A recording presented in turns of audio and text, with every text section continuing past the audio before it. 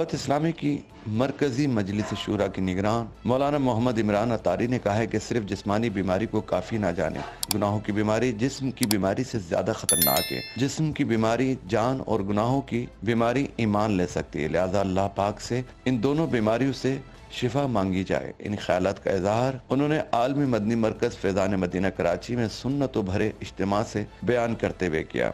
उन्होंने कहा कि हमें आखिरत के बहुत से मराहिल दरपेश है। रूह का कब्ज होना बाकी है, कब्र में उतरना बाकी है, मैदान महशर में जाना, नामाए आमाल का उल्टे या सीधे हाथ में दिया जाना बाकी है, हिसाब बाकी है, ईमान सलामत लेकर जाना या ना जाना, गुस्ल मैयत, कब्र में उतरना, कब्र के सवालात के जवाबात, उनके दुरुस्त और गलत होने का मामला, फिर क़यामत तक कब्र में रहने का मामला, महशर के दिन उठने का मामला, क़यामत के 50,000 साल के दिन का मामला, पुल सिरात, ये सारे मामलात अभी बाकी हैं। फिर हम नहीं जानते कि जन्नत में जाना है या जहन्नम ठिकाना है। मौलाना मोहम्मद इमरान अतारी ने मजीद कहा कि ऐसे मामलात पेश नज़र होने के बावजूद हम हैं कि गफलत में डूबे हुए हैं। कब्रों को देखा करे, या आखिरत की याद दिलाती है। अल्लाह करे कि हम हकीकी तौर पर जाग जाएं।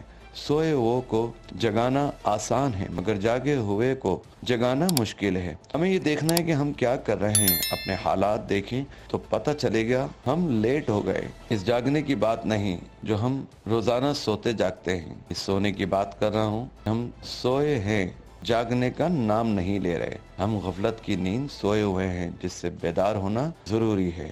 मजीद वीडियोस देखने के लिए हमारी वीडियो को लाइक करें, सब्सक्राइब करें और बेल आइकन को जरूर क्लिक करें ताकि आने वाली वीडियो आप तक बआसानी पहुंच सके।